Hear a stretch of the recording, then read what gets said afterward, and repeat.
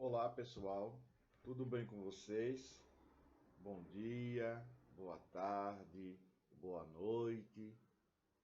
Espero que vocês estejam bem, tomando as medidas preventivas, isolamento social, uso do álcool em gel.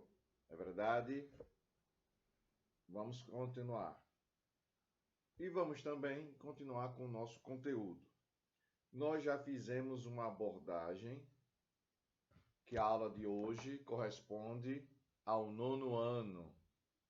Nessa abordagem de hoje, do nono ano, estudando nossos conteúdos, nós chegamos a estudar os anos de chumbo no Brasil.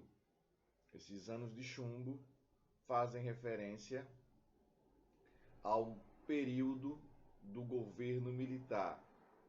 É dado um golpe no dia 31 de março, o governo de Jango, ou também conhecido como João Goulart, ele é interrompido por esse golpe militar e no dia 31 de março, no dia 11 de abril, começa efetivamente um novo governo. Dessa vez, sob a liderança de quem é ele? Isso mesmo, Castelo Branco. Muito bem, viu? Muito bem. Você está lembrando aí, está lembrado, tá lembrado do que eu mencionei na aula passada. Isso é muito importante, pessoal. Por quê? Porque eu venho batendo nessa tecla e reafirmando que o conteúdo histórico ele não acontece de forma isolada. Não, não. Ele acontece de forma paulatina, né? A paulatina e está em isso colado, ligado ao conteúdo interior. E nós vimos na aula passada o interesse, o apoio dos Estados Unidos em que as nações, os países da América Latina pudessem estar com um vínculo com os Estados Unidos, pois tínhamos no contexto internacional uma Guerra Fria entre Estados Unidos e antiga União Soviética. Não é isso?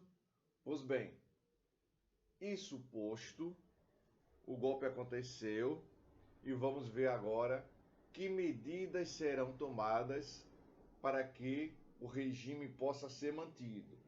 Vale a pena destacar que quando os militares tomam poder, eles alegam que vai ser um período temporário, que eles não vão tomar o poder para passar um longo período.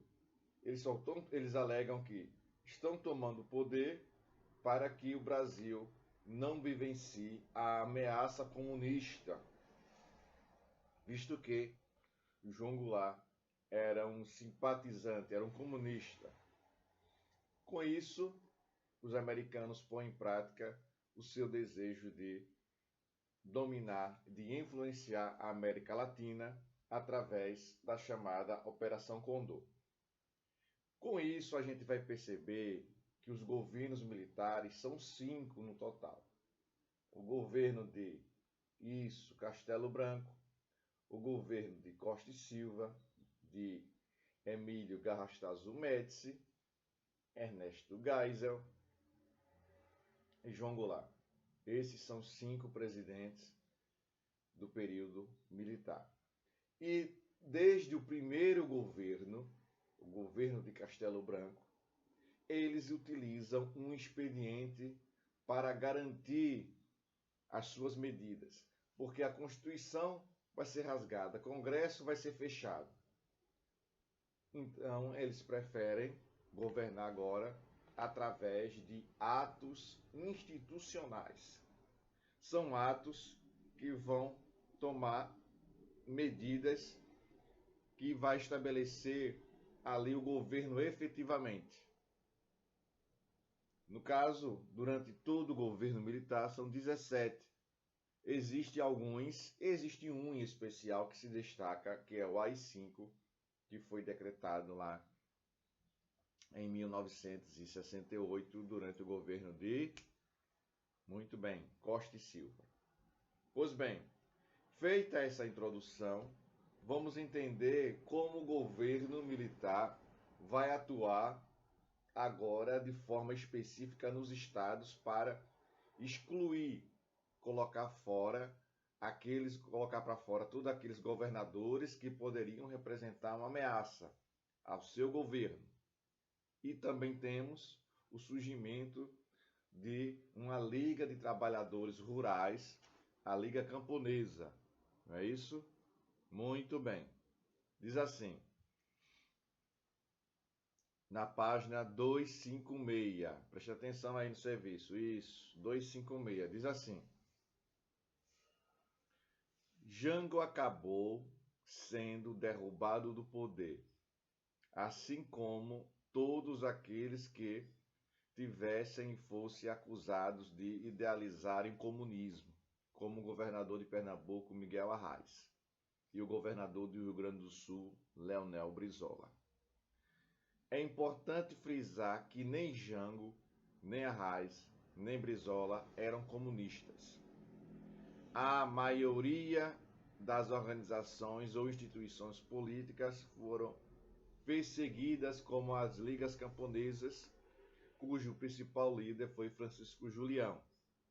Foi perseguido e foi torturado. Essa liga camponesa, ela iniciou suas atividades no município de Vitória de Santo Antão, em Pernambuco.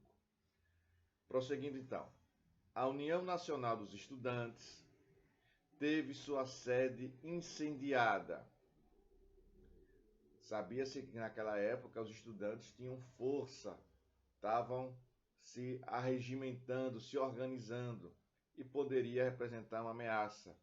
O lado governamental tudo faz crer que iniciou esse ato de tocar fogo na sede da UNE. Iniciava-se dessa forma um dos períodos mais tristes e violentos da história brasileira. De fato, aconteceu. Muitas torturas, mortes e relatos, testemunhas, jornais, reportagens evidenciando todo esse período, comprovando que de fato existiu esses momentos violentos durante o regime militar aqui no Brasil. Foram anos sem liberdade, ainda na página 256. Sem liberdade de expressão, sem direitos políticos, mas acima de tudo, sem um simples direito de manifestar-se como cidadão. Também foi o período em que a cultura se fortaleceu. Vários movimentos como a Tropicália, além de artistas como Chico Buarque, Caetano Veloso, Geraldo Vandré, Geraldo Azevedo, tiveram destaque contra o regime militar. Saindo aí da página 256, indo para a página 257, nós já temos a posse do primeiro presidente do período militar, que foi o cearense Humberto Castelo Branco, valendo destacar que ele era um presidente, um general com muito prestígio.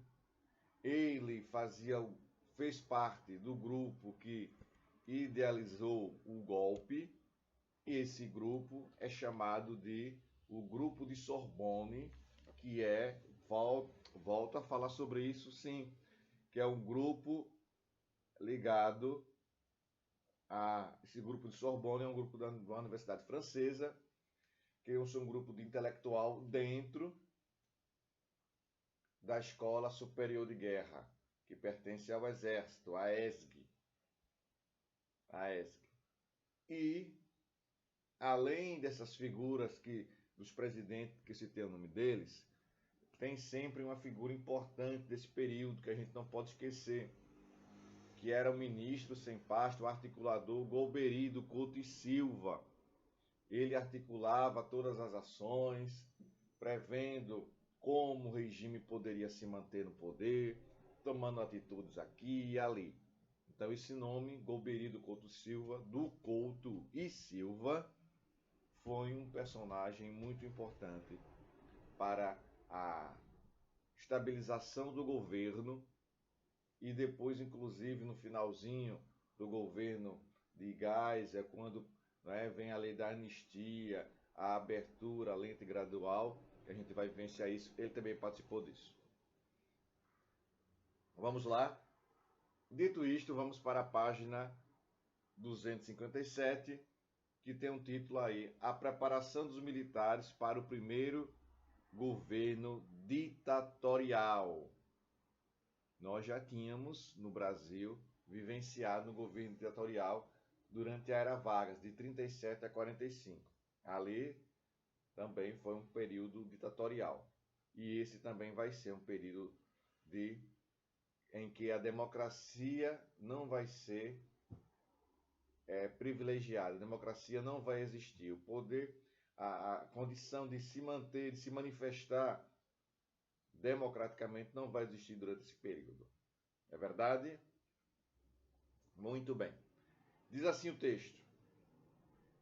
A partir de abril de 1964, os militares passaram a governar o Brasil se utilizando de dispositivos conhecidos como atos institucionais. O ato institucional número 1 foi responsável por várias medidas que determinavam o estabelecimento efetivo de um regime militar, inclusive com a nomeação do primeiro presidente,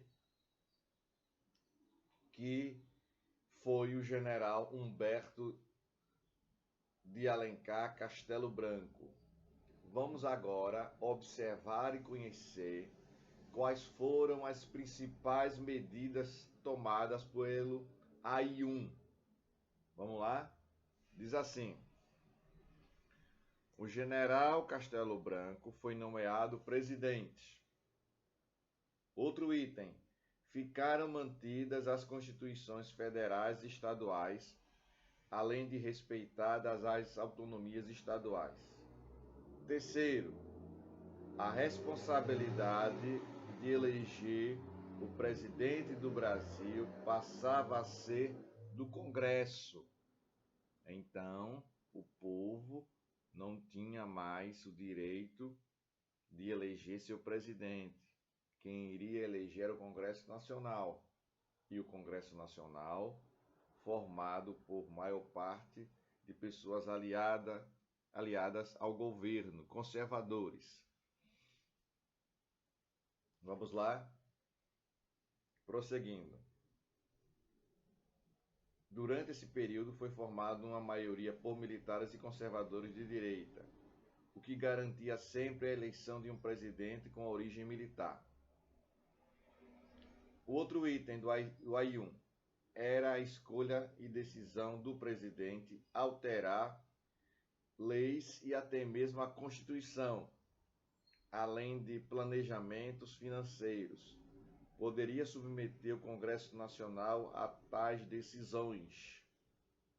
Outro item do AI-1, toda investigação política seria de obrigação das Forças Armadas Brasileiras, podendo caçar mandatos, prender e torturar suspeitos e anular mandatos legislativos. Anular mandatos legislativos. Avançando com o conteúdo, nós vamos perceber o início propriamente dito do governo militar. O governo de Castelo Branco vai ter uma função de estruturar o governo militar. Por isso que vai ser criado ali o Serviço Nacional de Informação, CNI, o Sistema Nacional de Informação, que vai dar um aparato, um reforço, vai verificar ali quais são as instituições que verdadeiramente estão apoiando o governo, verificar a segurança nacional, supervisionar, investigar quem está conspirando contra o governo. Essa é a função básica do CNI, o Sistema Nacional de Informação. E nós vamos identificar passo a passo o que vai acontecer no governo de Castelo Branco, que vai ter ainda o ato institucional número 2, a lei que vai, esse ato vai determinar a criação somente de 2 partidos. Vamos lá? Castelo Branco foi um dos líderes 258, preste atenção aí no serviço. Foi um dos líderes, talvez o principal na movimentação dos militares que levou ao golpe militar de Estado, derrubando a presidência de João Goulart. Assim como seus sucessores, o grande objetivo do mandato, que eu falei, era combater o comunismo, perseguindo e caçando mandatos e direitos políticos e sociais daqueles que se posicionassem a favor dessa ideologia. Além do mais, atribuía a grave crise econômica que o Brasil passava aos comunistas e simpatizantes do comunismo, como o próprio João Goulart, sendo essa situação decisiva para que a classe média apoiasse inicialmente o regime militar brasileiro. Temendo, prosseguindo a leitura aí, 258,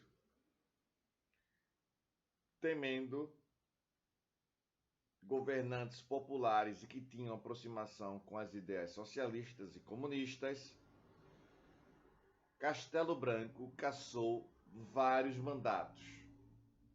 Dentre os principais estavam o governador de Pernambuco, Miguel Arraes, novamente aparece, o governador do Rio Grande do Sul, Leonel Brizola, mais uma vez aparece, os presidentes João Goulart e Jânio Quadros, além do comunista Luiz Carlos Prestes. Outra movimentação dos militares que visava diminuir a democracia e a liberdade política foi a criação do Sistema Nacional de Informação, CNI, para registrar, coordenar e supervisionar as informações de entidades como as Ligas Camponesas e a União Nacional dos Estudantes, bem como os ditos subversivos, ou seja, aquelas pessoas que estavam conspirando contra o governo, eram chamados de subversivos. Cabia ao CNI todas as informações necessárias para as questões de segurança nacional. Embora o regime fosse militar ditatorial, existiam algumas aberturas políticas que logo foram cercadas. O AI-1 tinha determinado a manutenção das constituições e das autonomias estaduais e, portanto, governadores de oposição ao governo militar foram eleitos nos estados de Minas Gerais e da Guanabara. Assim,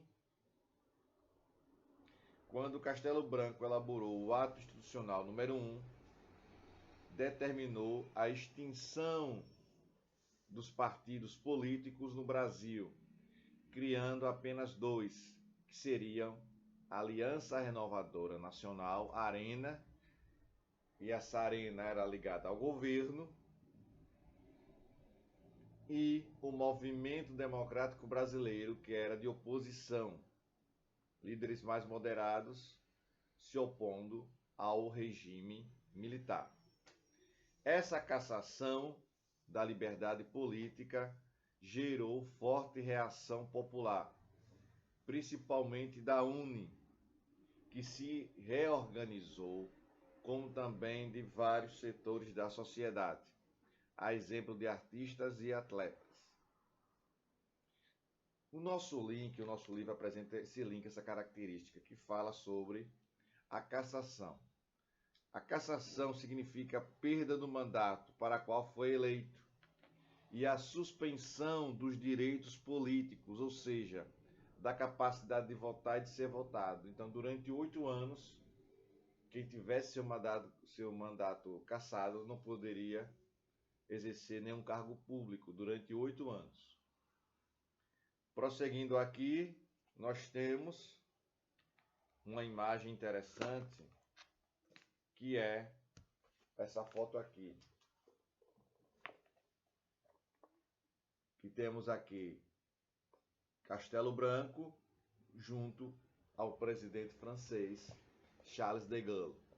De Gaulle foi um presidente que assumiu o governo francês logo após a Segunda Guerra Mundial, foi líder da resistência francesa, e esse país conseguiu, não é, se recuperar da invasão dos nazistas ao território francês. Pois bem, voltando a ler logo embaixo dessa imagem que eu mostrei, inclusive essa imagem diz assim: o presidente da França, o general Charles de Gaulle, em visita oficial a fim de mostrar que o país europeu era favorável à nova ordem instituída no Brasil. Embaixo nós temos um texto. No plano econômico, Castelo Branco teve de lidar com a forte crise, além da inflação que beirava os 100% mensais e mais de 1.200% ao ano. Essa situação deixava o Brasil em grave crise financeira. Visando retomar o controle do governo militar, lançou um plano que ficou conhecido como Programa de Ação Econômica do Governo, PAEG. Esse governo se baseava na abertura, esse programa se baseava na abertura econômica para fluxo de caixa externo, controle das linhas de crédito, redução de gastos públicos e congelamento salarial. Todas as medidas foram impopulares e que tiveram reação dos trabalhadores. Mas a maior mudança para os trabalhadores estava relacionada à estabilidade do emprego. Foi criado o Fundo de Garantia por Tempo de Serviço. Essa ação visava a contenção de gastos públicos e atendia aos empresários industriais, além de ter sido uma medida à estabilidade decenal.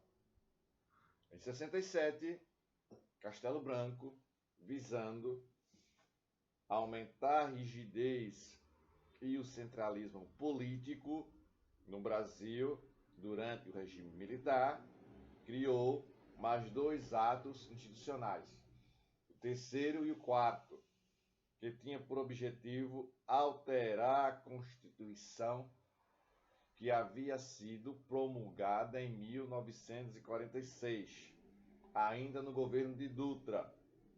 O AI-3 acabou com o voto direto, estabelecendo eleições indiretas para governadores e prefeitos.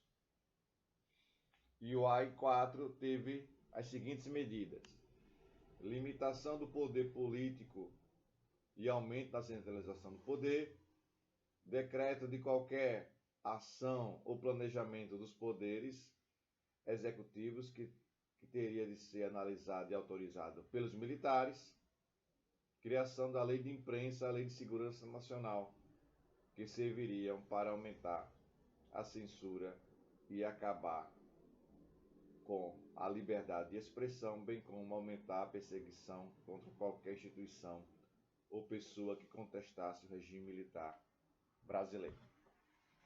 Tá bom? Eu não vou avançar mais, parei aqui no ato institucional número 4, acreditando que você tenha absorvido conhecimento, pessoal.